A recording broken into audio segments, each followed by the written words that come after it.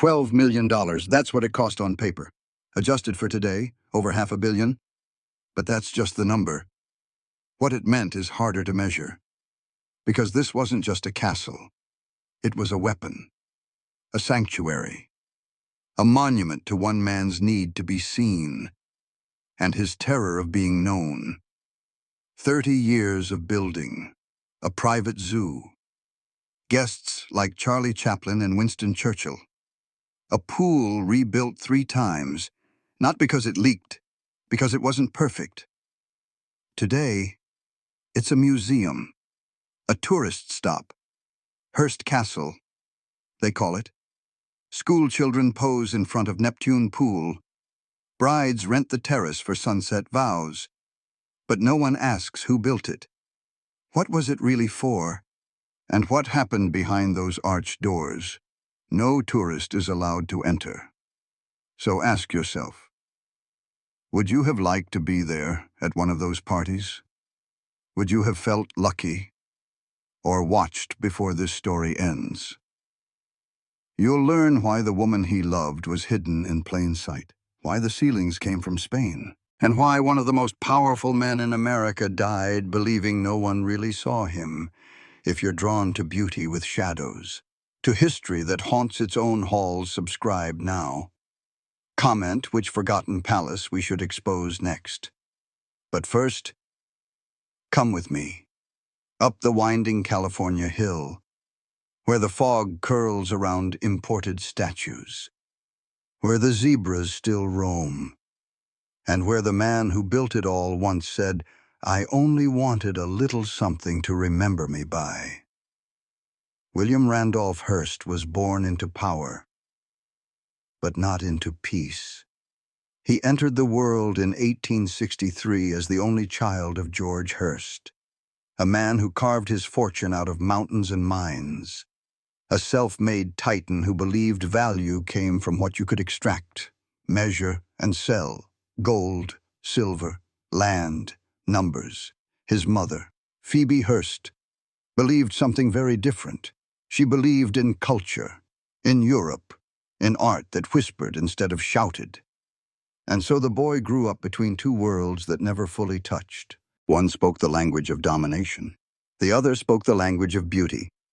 From an early age, William saw things most children never did. While other boys learned the weight of tools, he learned the weight of ceilings. While others memorized the smell of horses, he remembered the echo of footsteps in cathedrals. His mother took him across Europe before he turned 10, dragging him through Italy, France, and Spain, showing him castles perched on cliffs, churches layered in gold, rooms designed not for living, but for awe. He stared upward more than outward. He studied walls. He traced arches with his eyes. He learned, unconsciously, that stone could outlast people. George Hearst did not understand this. To him, buildings were functional, shelters, offices, storage. He did not see legacy in architecture. He saw sentimentality, weakness. When William showed more interest in art than industry, his father dismissed it as indulgence. "You can't mine a ceiling," he once reportedly said. What he meant was clear. Beauty did not produce power. William tried to obey. He went to Harvard. He failed spectacularly. Expelled after a series of scandals involving alcohol, noise, and women. He became a public embarrassment to a man who valued control above all else. But something important happened in that failure. William learned that rules could be broken without consequence if you owned the right things. And his father, despite his disappointment, handed him one of the most powerful tools in America, a newspaper. With the San Francisco Examiner, William discovered a different kind of architecture.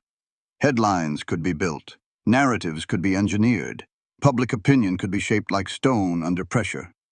By his 30s, he was no longer just wealthy. He was feared. He owned dozens of newspapers, magazines, radio stations, film companies. He could start wars with ink. He could end careers with silence. He didn't just report reality, he redesigned it. But power did not quiet the old hunger. If anything, it made it worse. The more influence he gained, the more he felt the absence of something solid, something immovable. Newspapers were read, then thrown away. Political victories faded. Lovers left. Only buildings remained. He began collecting art obsessively. Entire European ceilings were shipped across oceans. Doors, fireplaces, altarpieces. He didn't want reproductions. He wanted originals, objects that had already survived centuries.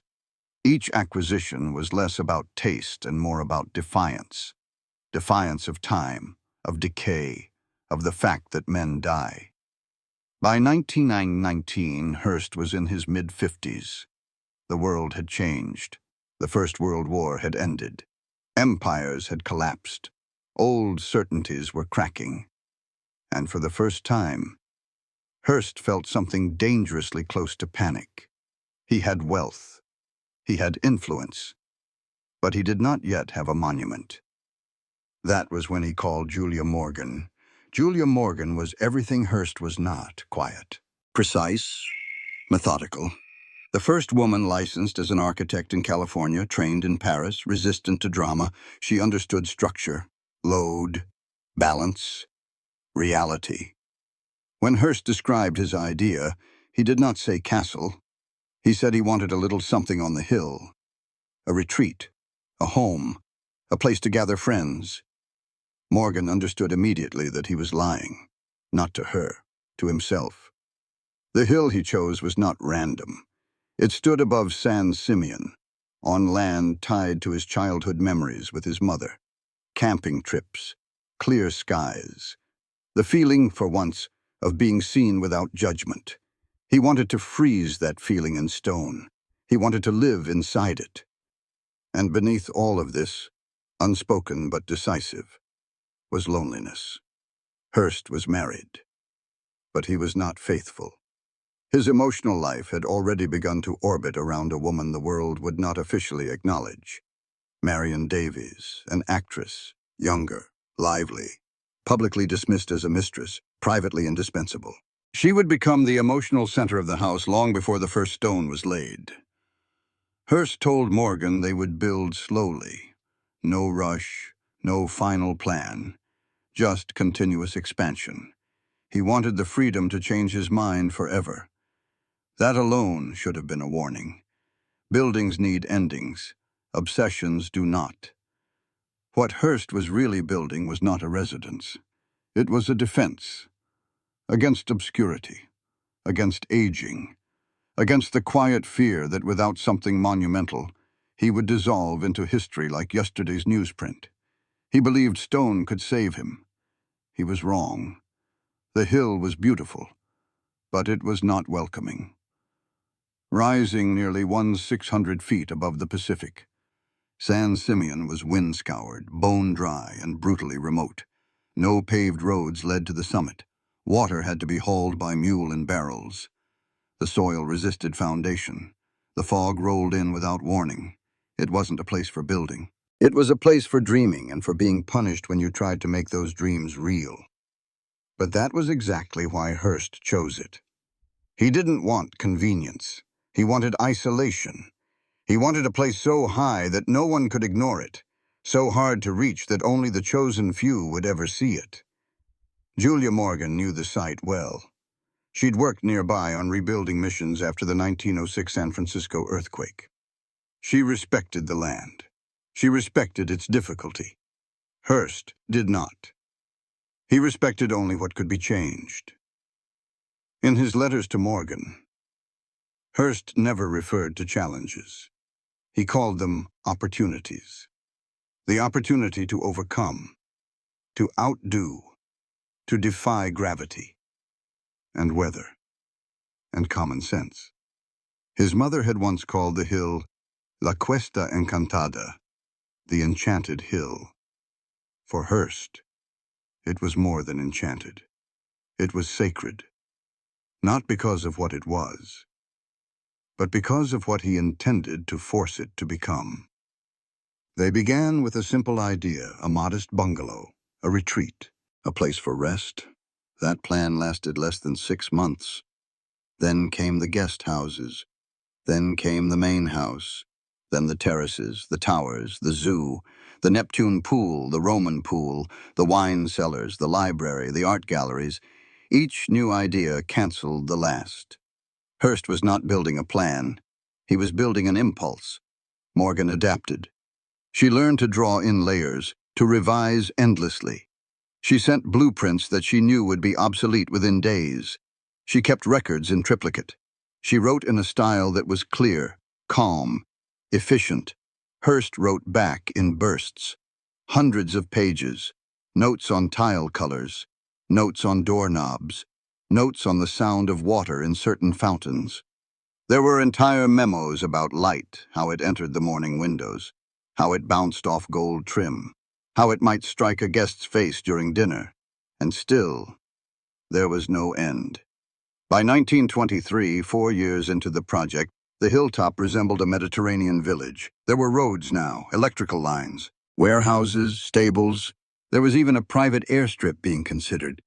Hearst called it progress. Locals called it madness. When asked by a reporter what he was building, Hearst replied, "I don't know. We'll see when it's done." But even then, he knew it would never be done. Morgan later described the project as a perpetual state of becoming. It was a strange phrase, philosophical, vague. But she was right. The house wasn't designed to be finished. It was designed to be pursued. And what was it chasing? Perhaps it was memory. Hearst had fallen in love with Europe as a child, the castles, the monasteries, the ruins. He wanted to bring them back, not copies, the real thing. That's why entire ceilings from Spanish churches were purchased and shipped by sea. That's why medieval fireplaces from Italy ended up in California.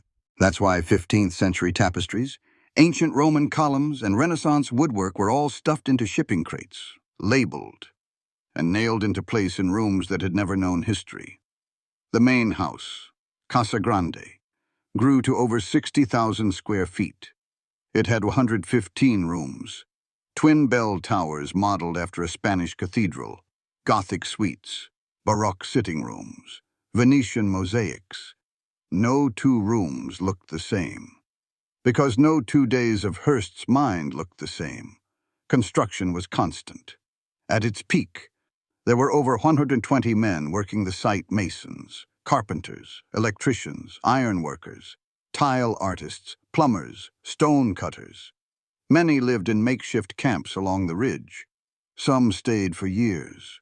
Most were never told what they were building until the day they started laying it. They worked without seeing plans. Only instructions passed from Morgan's office, redlined overnight by Hearst himself. He visited often. Sometimes twice a week, sometimes unannounced. When he arrived, everyone stopped. He would walk the perimeter with a cane, pointing, "Here, move this wall, lower that window." He'd change an entire room's function based on a dream he had the night before. Morgan listened, took notes, smiled, then figured out how to make the madness hold its shape. There were problems. Of course, wind-damaged tiles, earthquakes threatened walls. Concrete had to be poured in small batches. Once, they had to invent a new kind of scaffold just to reach an angle Hearst wanted reworked. But perhaps the greatest challenge was water. The hill had none. So they built a massive reservoir, pumped it from 7 miles away, then built a second one, then a filtration system, then pipes to the pools, then backup lines. The pool itself, the Neptune pool, was filled and drained 3 times before Hearst was satisfied with its dimensions. And still, he wasn't satisfied. Every time Morgan thought they were nearing completion, he changed course. Every promise of finality became a prelude. At one point, she paused all work for 3 weeks just to wait for Hearst to finish editing the dinner bell schedule.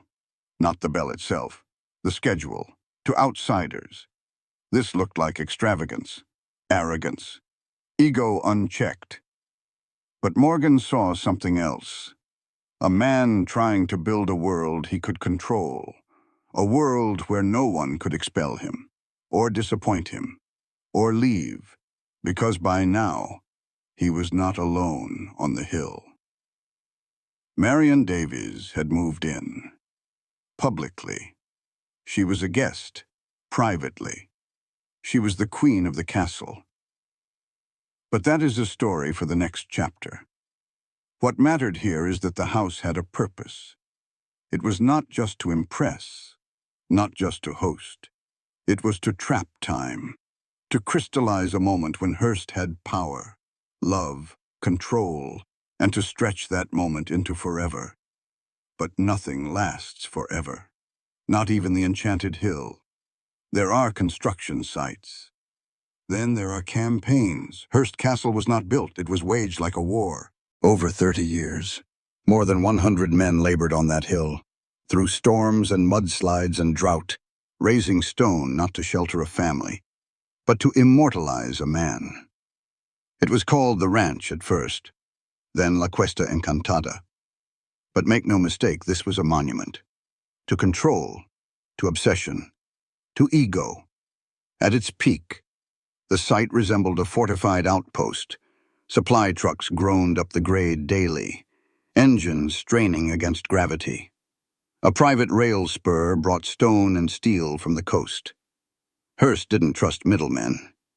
His team negotiated directly with European dealers, importing entire ceilings from Spanish convents, hand-painted tiles from Portugal, marble from Carrara, and wrought iron gates salvaged from demolished French estates. The logistics were biblical. There were blueprints for blueprints, items logged in ledgers by candlelight.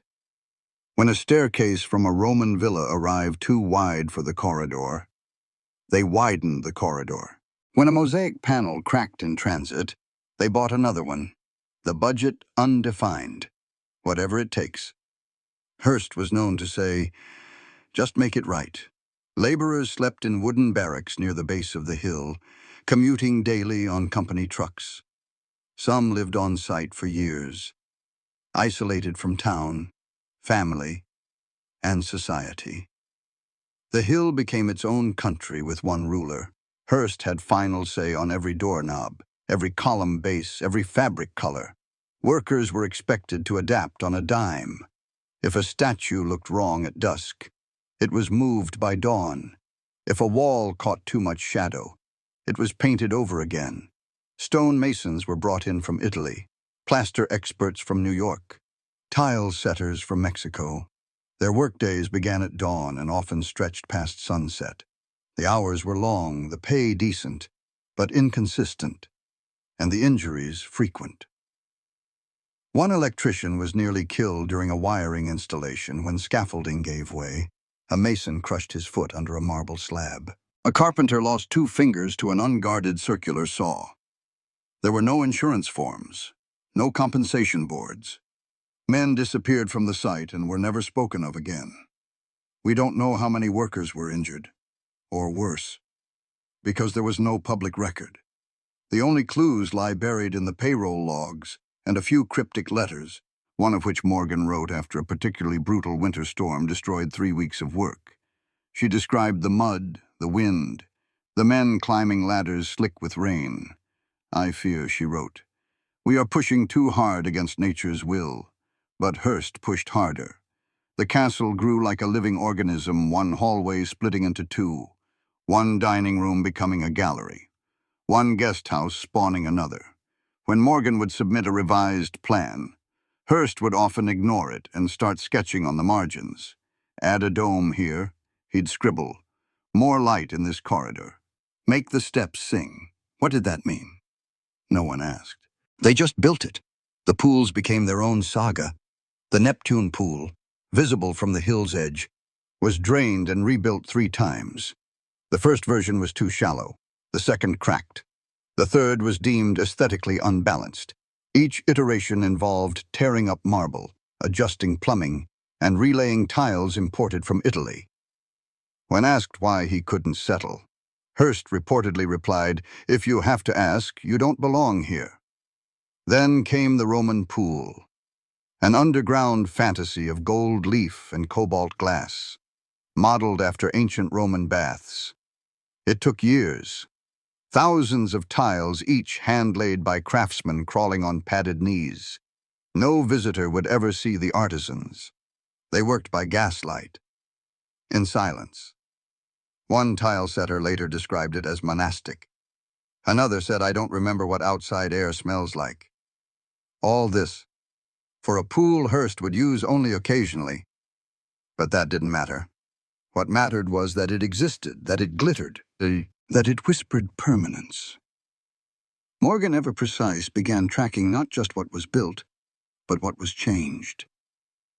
Between 1920 and 1930, more than 40 major architectural revisions were implemented, rooms repurposed, facades altered, foundations dug up and reinforced. The structure was not evolving. It was correcting itself, endlessly, to match a fantasy that kept changing. And then there were the hidden systems. The servant corridors were narrow, painted bone white, with low ceilings and no ornament, designed to move bodies unseen from point A to point B. The back staircases twisted through walls like arteries. Laundry chutes disappeared into stone.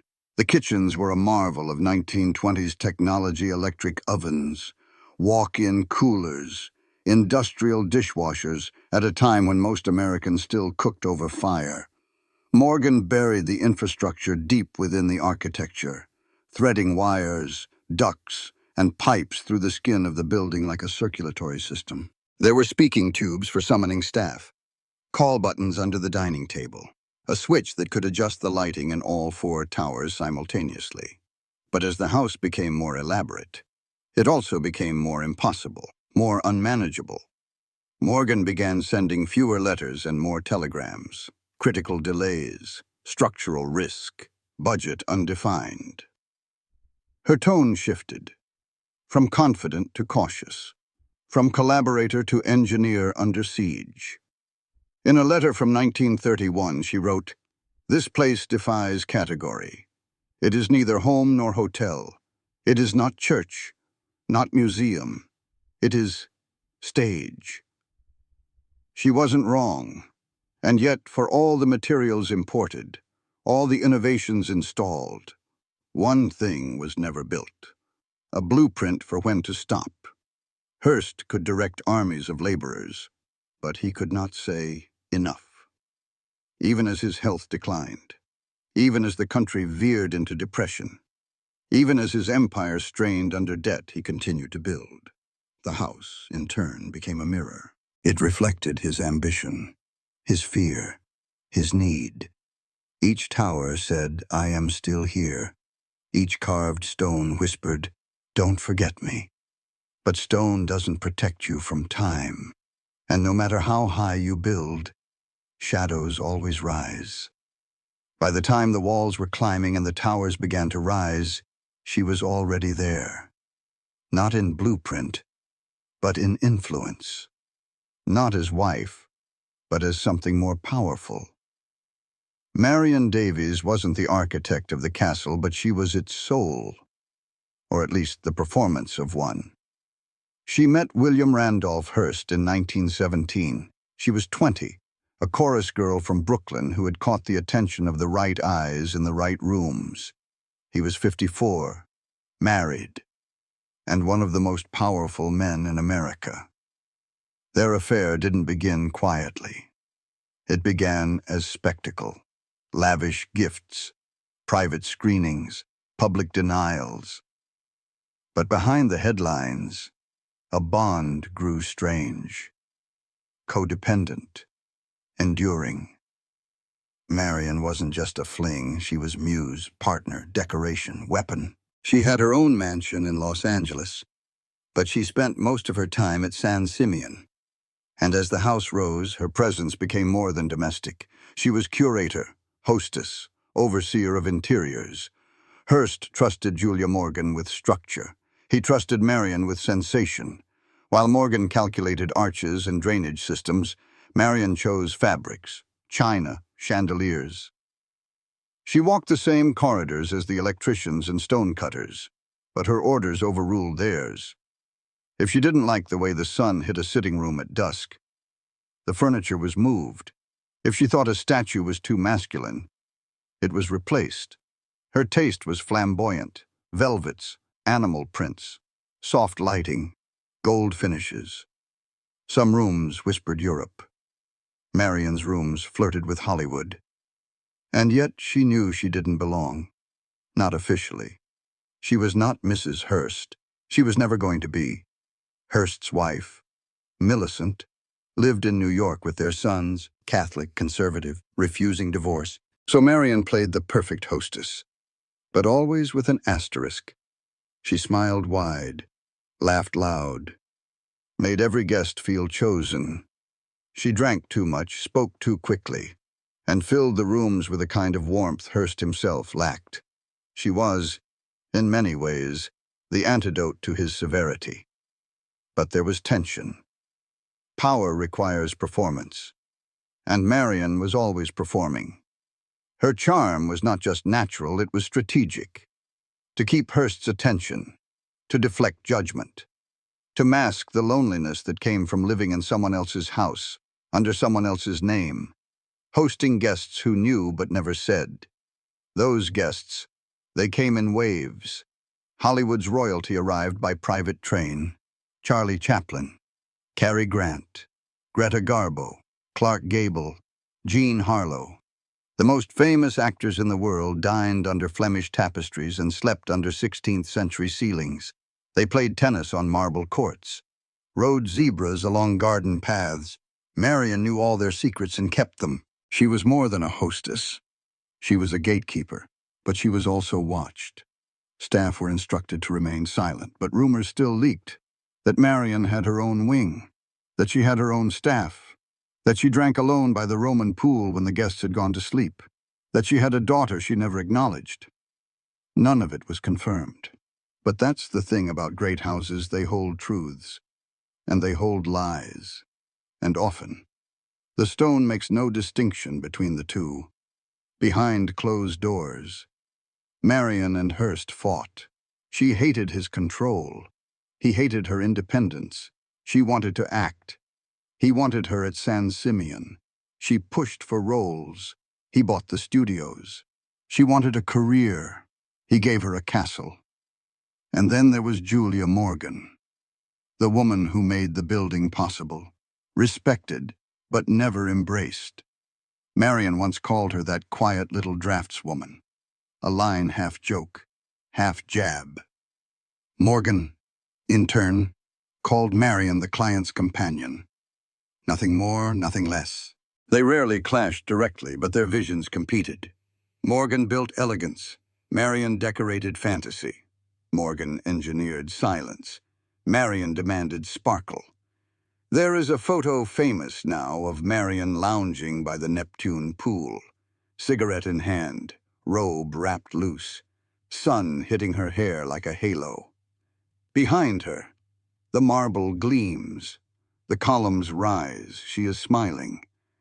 But the smile isn't full. It's practiced, calculated, almost tired. Because she knew this house was not hers. She was not its queen. She was its ornament. But even ornaments have power.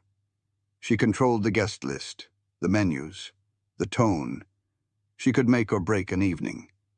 She made sure the staff were dressed just so, that the linen was pressed, that the music played on cue. And every night, after the last toast, when the last guest stumbled off to bed, she walked the halls alone, past imported ceilings, past priceless tapestries, past portraits of women more powerful than she'd ever be. And sometimes she stopped and stared and asked quietly, "What am I doing here?" They came from across the country, across the ocean. Presidents, princes, playwrights, producers. They came for the food, the wine, the view. But mostly, they came for the invitation. Because to be invited to Hearst Castle was to be seen. Not just seen validated, chosen, made real by proximity to power. Marian Davies handled the guest list. With surgical precision, she mixed royalty with scandal, Artists with bankers, aviators with actresses. The combinations made no sense on paper, but that was the point. To Hearst, power didn't have a type. It had a frequency. You either hummed at the right pitch, or you didn't get the call.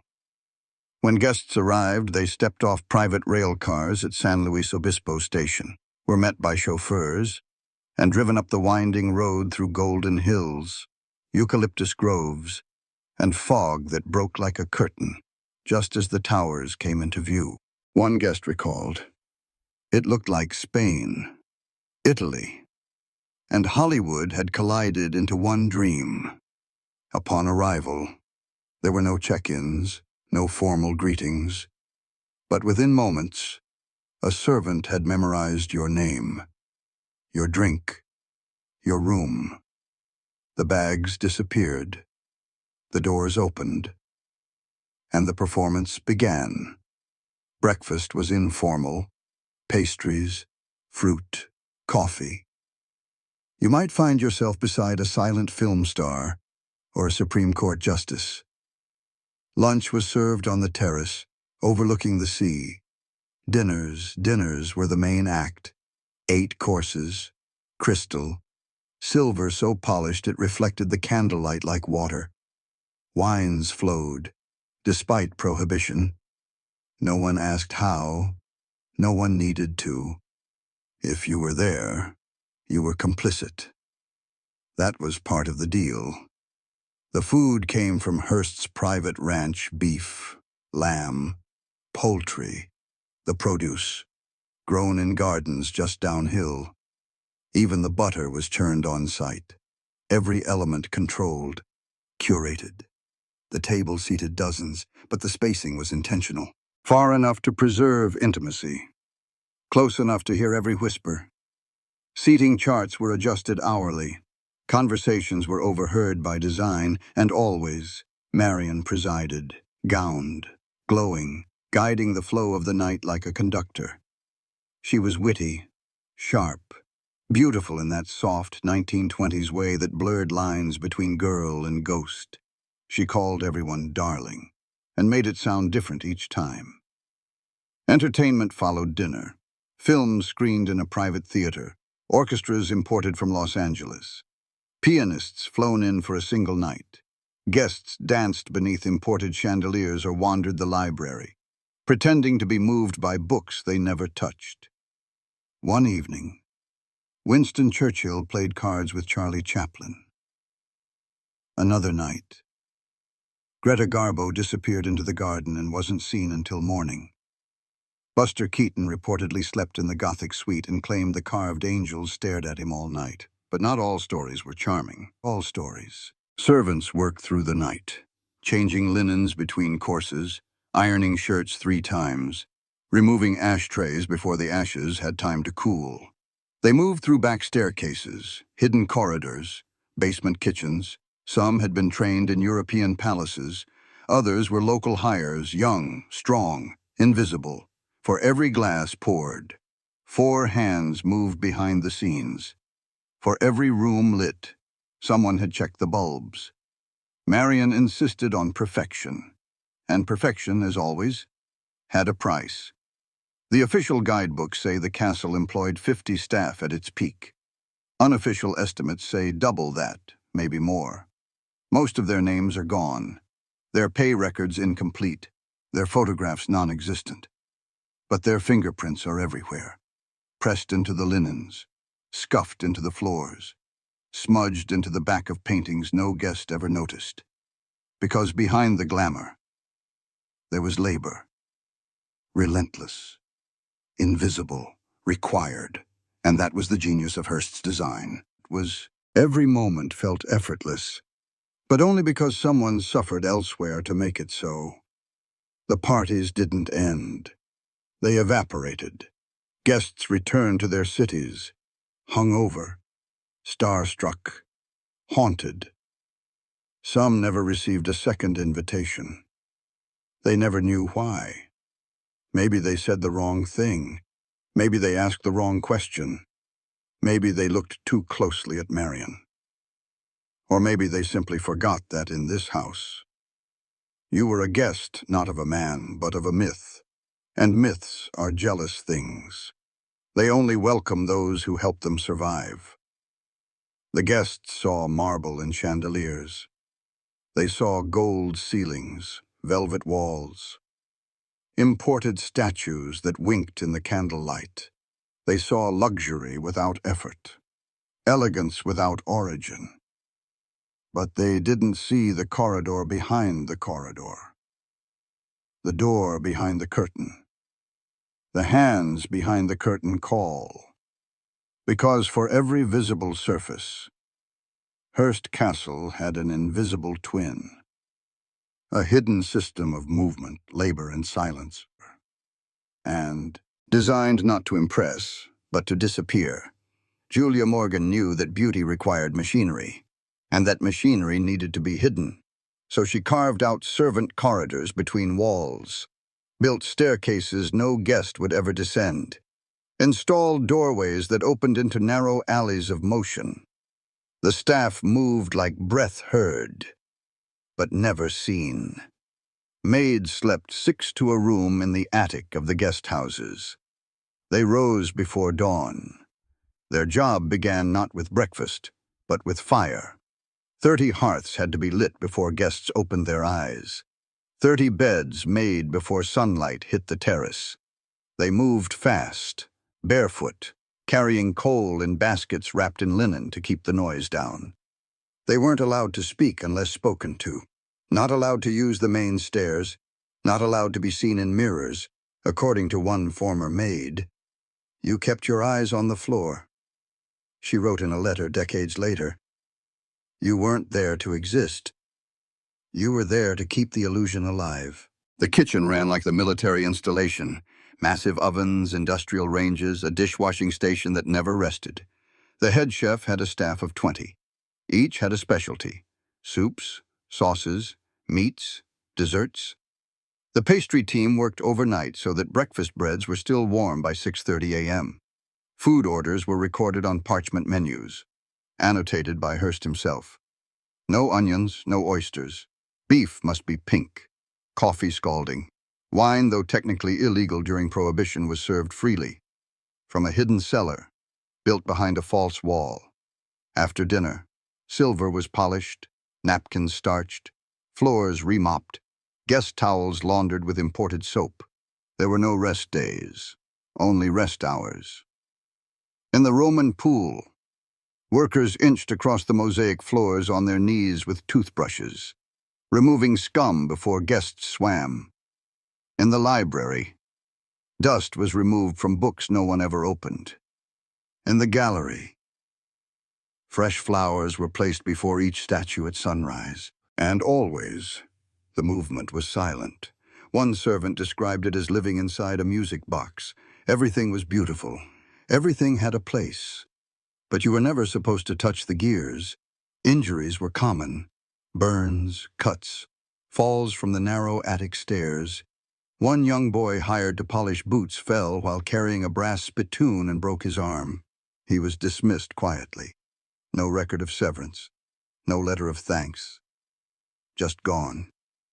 We know this because of a diary, found in 1972, hidden in the false bottom of a trunk once belonging to a second-floor housemaid named Elsie. She wrote, "My fingers bleed from soap. My eyes ache from candlelight. But when I walk into the main hall and see them all laughing, I tell myself at least someone's dream came true." Her entries were short, blunt. She spoke of isolation, of days when the fog never lifted, of guests who never said thank you, of gowns she brushed, pearls she counted, sheets she folded until her arms ached. But she also spoke of moments, quiet ones, watching the sun rise over the marble balustrade, hearing Marion's laughter echo through the empty hallways after a night of drinking, seeing her own reflection, just once, in a gilded mirror, and letting herself smile. Elsie left in 1934. No forwarding address, no final entry. Just this, I have learned what castles cost.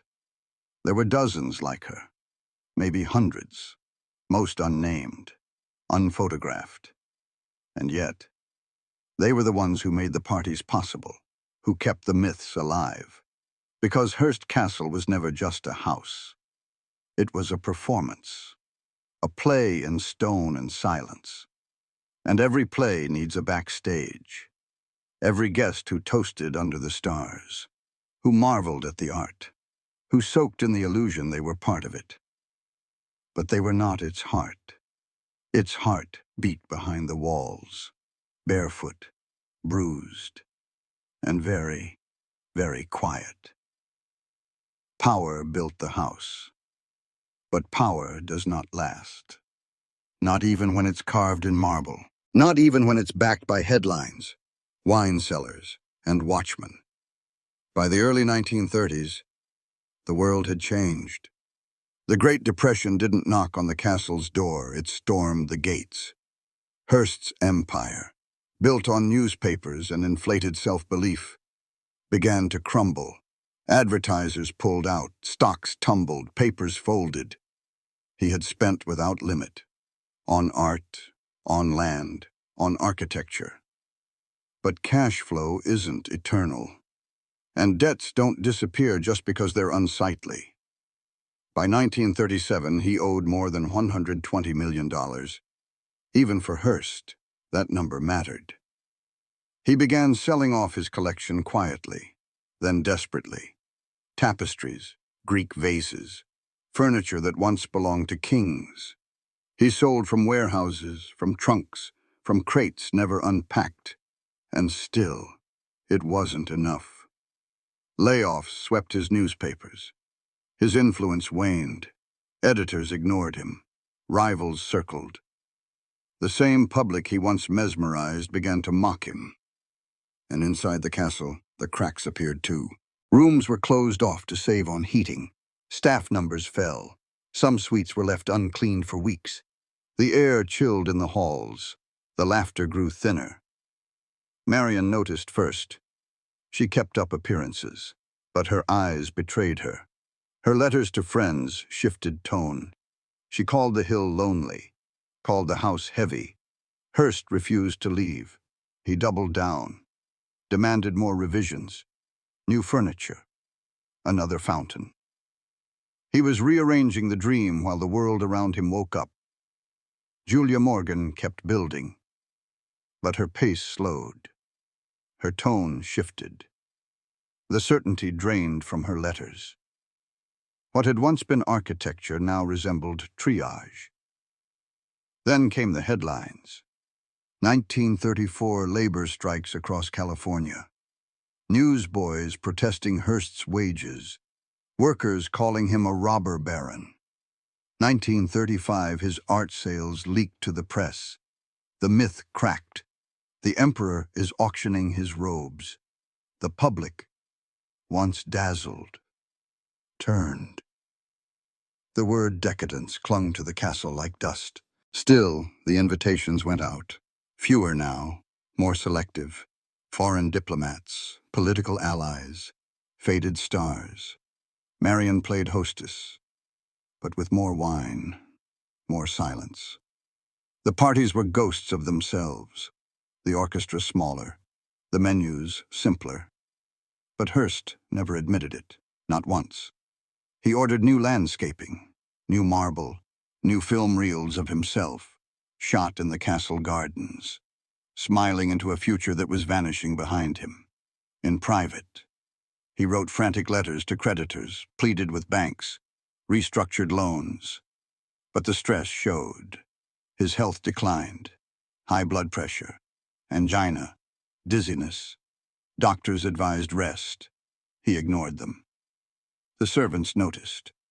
One recalled seeing him in the early morning, alone by the Neptune pool, whispering to himself, like he was trying to remember something he forgot to build. In 1941, Orson Welles released Citizen Kane, a thinly veiled takedown, a fiction that felt truer than truth.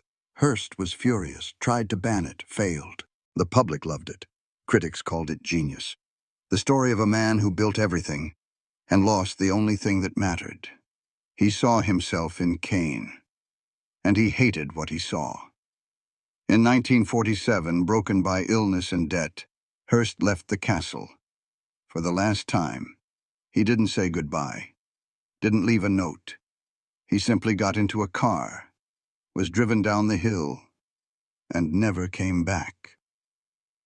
The rooms he left behind remained frozen, beds made, books placed, ashtrays clean. But something had shifted. The dream had exhaled, and in that breath, the myth began to die. William Randolph Hearst died in 1951, not in his castle, but in Beverly Hills. Far from the stone towers he had spent 3 decades raising. Far from the hill he once said he would never leave. Marion Davies was by his side. She'd stayed, through the decline, through the silence, through the final days when even his voice gave out. He left behind more than a will. He left a house filled with half-unpacked boxes, blueprints still awaiting approval, furniture arranged just so for guests who would never arrive again. And he left behind a problem. What do you do with a monument when the man it was built for no longer needs it? His sons had no interest in San Simeon. Too remote, too strange, too expensive. They inherited debt, not devotion. The castle sat idle, a marble museum of memory. In 1957, the Hearst Corporation donated the estate to the state of California. The next year, it opened to the public. Admission $1. Tourists came in droves. They brought cameras, sneakers, questions. But they weren't allowed everywhere. Room 17 was locked. No signs, no explanation. Just a velvet rope and a guide who would say, "That room is not part of the tour." What was inside, rumors spread. Some said it held Hearst's private diaries. Others claimed it stored tapes recordings of secret conversations made without consent. But the most persistent rumor was simpler. It held letters from Marion to Hearst and back again. Love letters, rage letters, confessions, proof of a child. The story went like this: Marion gave birth in secret.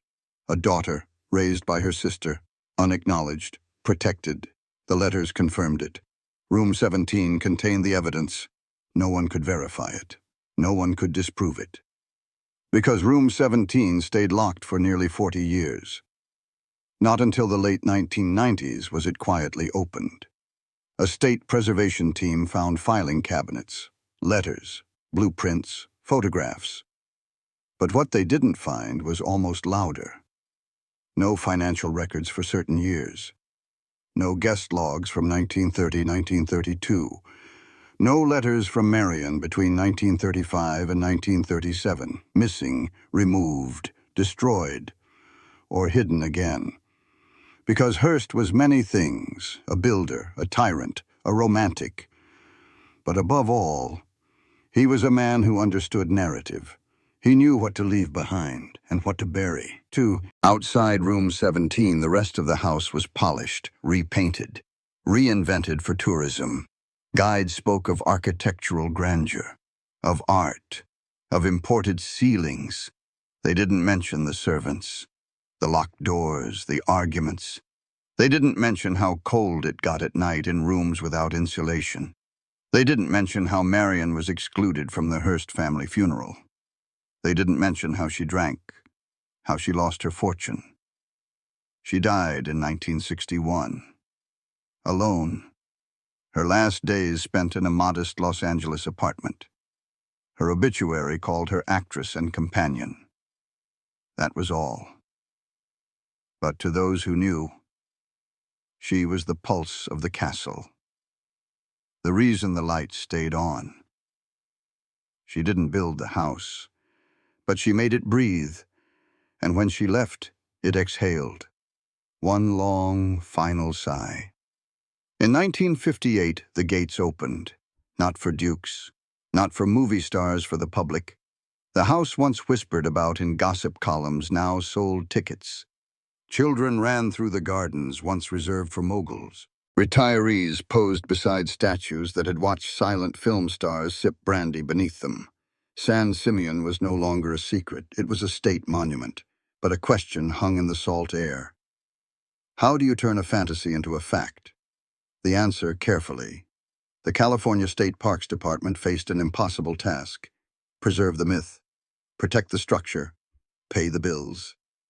So they created a script, literally. Tour guides were trained to deliver curated narratives. Hearst was a visionary. They'd say, "This room was imported from Spain. That fireplace is 17th century Italian." They didn't lie. But they didn't tell the whole truth either. They didn't mention the diaries, the labor injuries, the late-night arguments between Marion and Hearst. They didn't mention the rooms that had never been finished, or the rooms that had been locked. Guests marveled at the ceilings, but weren't told they were salvaged from churches that had been torn down for profit. They admired the Roman pool, but didn't know it had been rebuilt 3 times because Hearst changed his mind about the shape of the steps. They saw beauty, not the bargaining behind it. Preservation required illusion. Furniture was nailed down, rugs fixed in place, rooms frozen to the moment of Hearst's imagined perfection. And behind the walls, restorers worked in silence, repainting, replacing, repairing.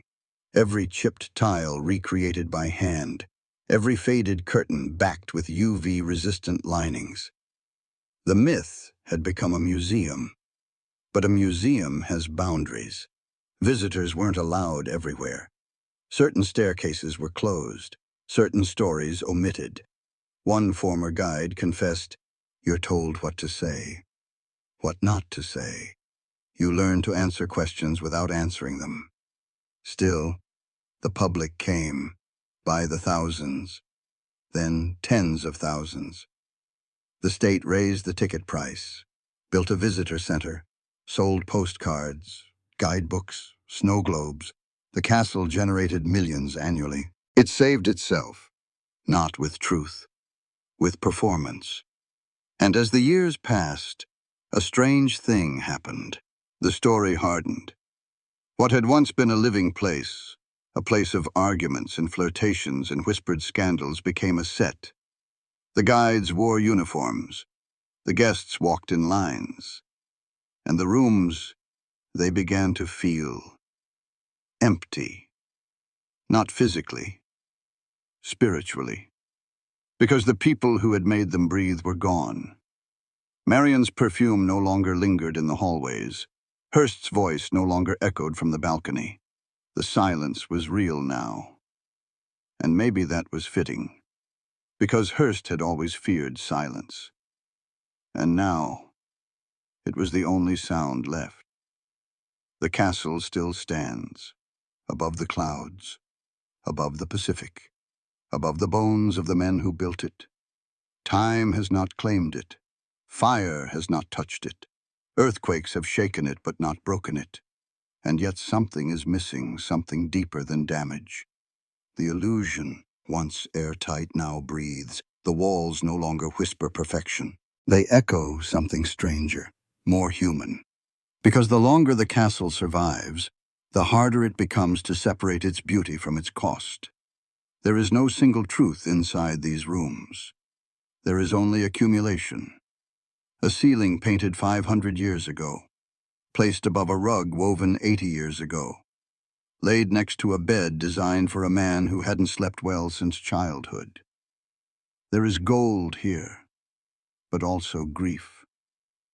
Laughter etched into the tiles, but also silence, baked into the concrete. There is legacy and loneliness. Because legacy without love is a museum. And this house, despite the candles, the parties, the glory, it could never hold love without controlling it. That was its flaw, its wound, its curse. And now it stands as both marvel and mausoleum. Julia Morgan's genius remains.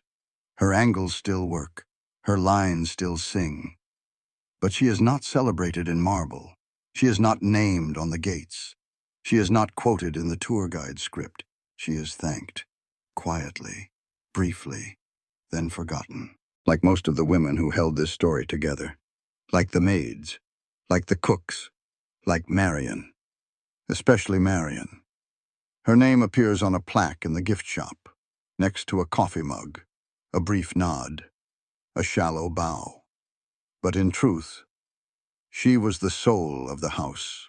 Without her, the gold would have felt cold.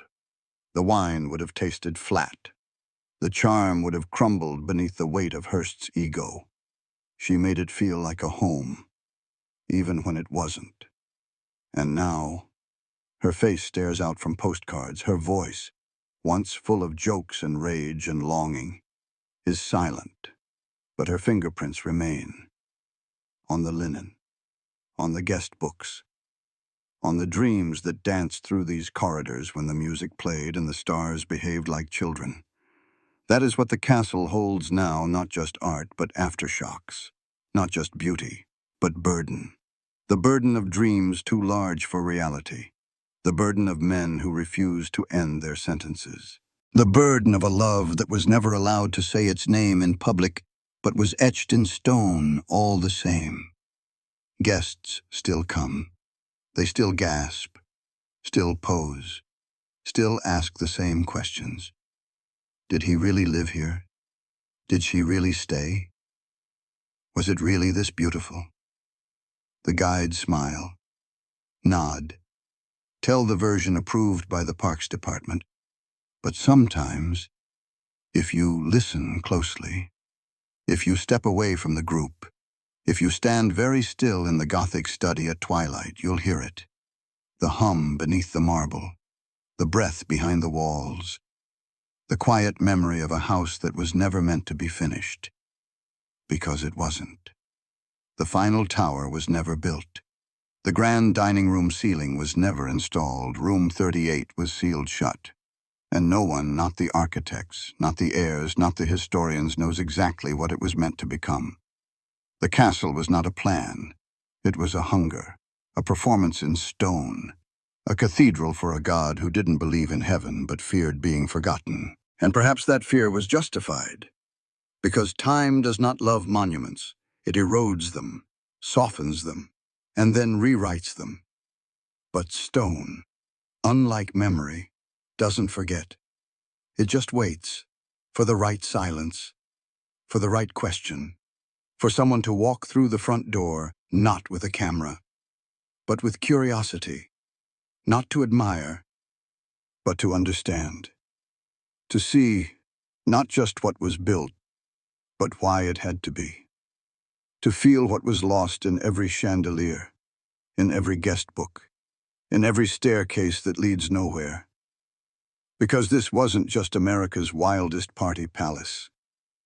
It was a cathedral of ambition, of fear, of love unloved. And long after the lights go out, long after the tourists are gone and the velvet ropes sag, the castle will still be there, watching, waiting, remembering. The signs are clean, the gates are polished, the buses run every 15 minutes. San Simeon today is a well-oiled operation, part pilgrimage, part pageant. Nearly 750,000 visitors walk its terraces each year, their sneakers squeaking on stone shipped from Florence. They take selfies in front of fountains once reserved for duchesses and dictators.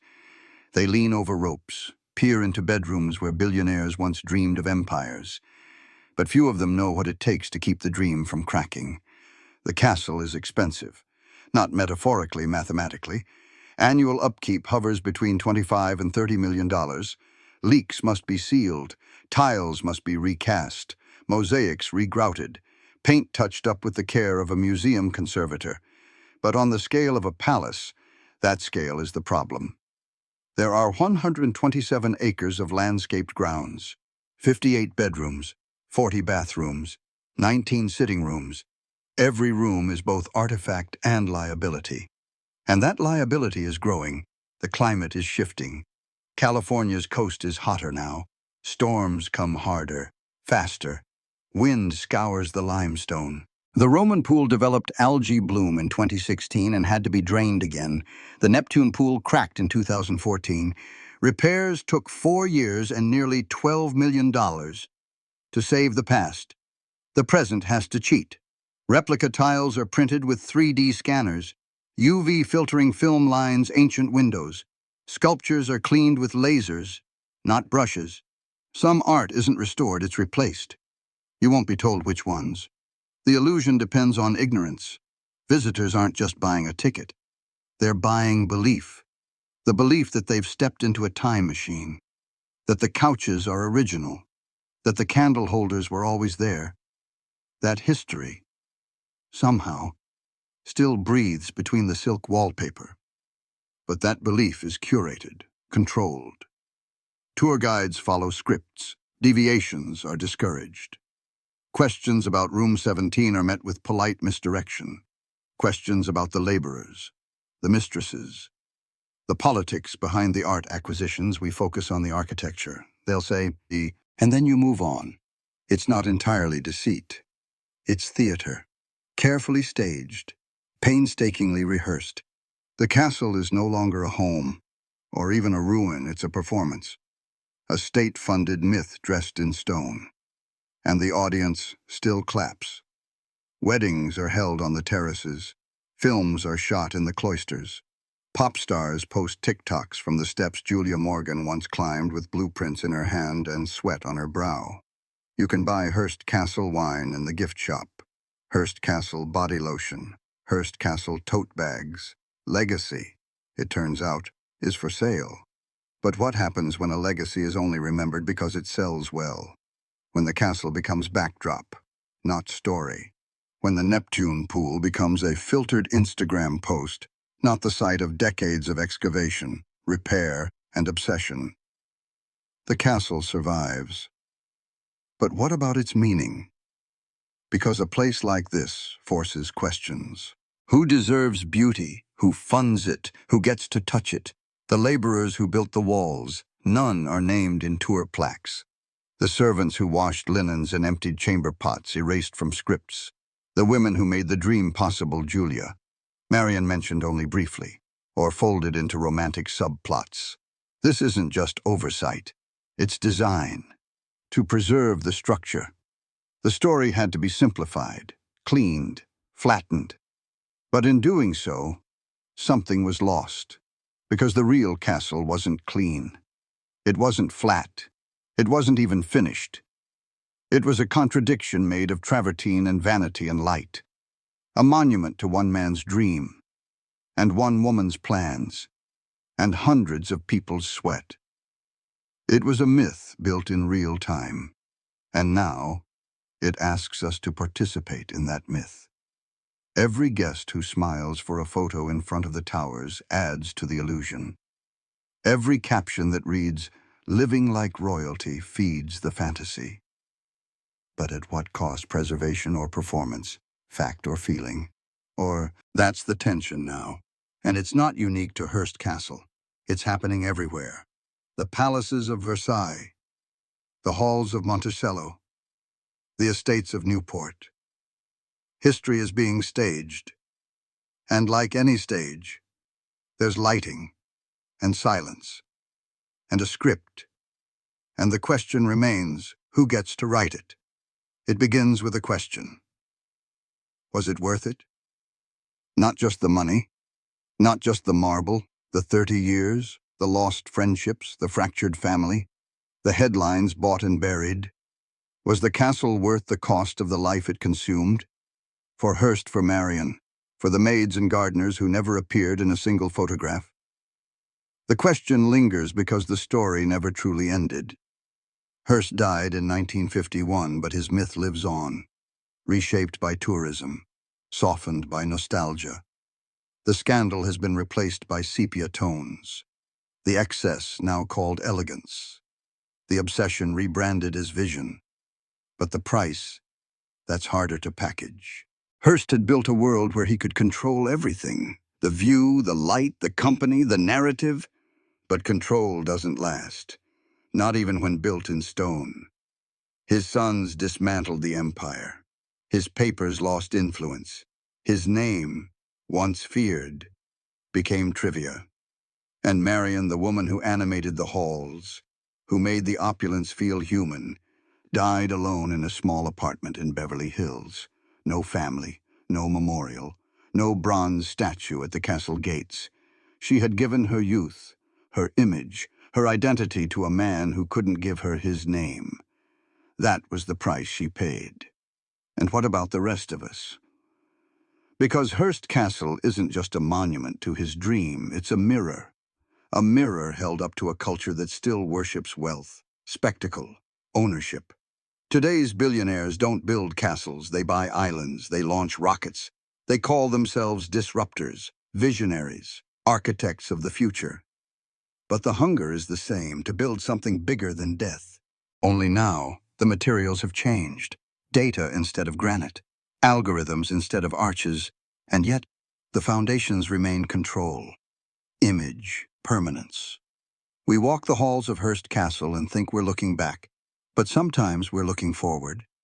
What kind of legacy are we building? What cost are we ignoring? There's a quote in the guest book from 1998. A woman from Ohio wrote, "I thought this was heaven. It felt cold, maybe that's the truth. The castle dazzles, but it doesn't embrace. It overwhelms, but doesn't comfort. It impresses, but doesn't invite. Because it was never meant to. It was meant to outlive, outlast, outshine, but not to love. And that, perhaps, is the final price. Not just the money, not the marble, but the human warmth lost in pursuit of control, the intimacy sacrificed for spectacle, the soul buried beneath symmetry. Hearst once said, "I'd like to build something they can't tear down." He did. But stone doesn't hold memory the way people do, and performance never feels like home. The castle remains. But the man is gone, and the echo he feared most, the silence, has finally settled over the hill. Because in the end, death waits, even at the top of the hill.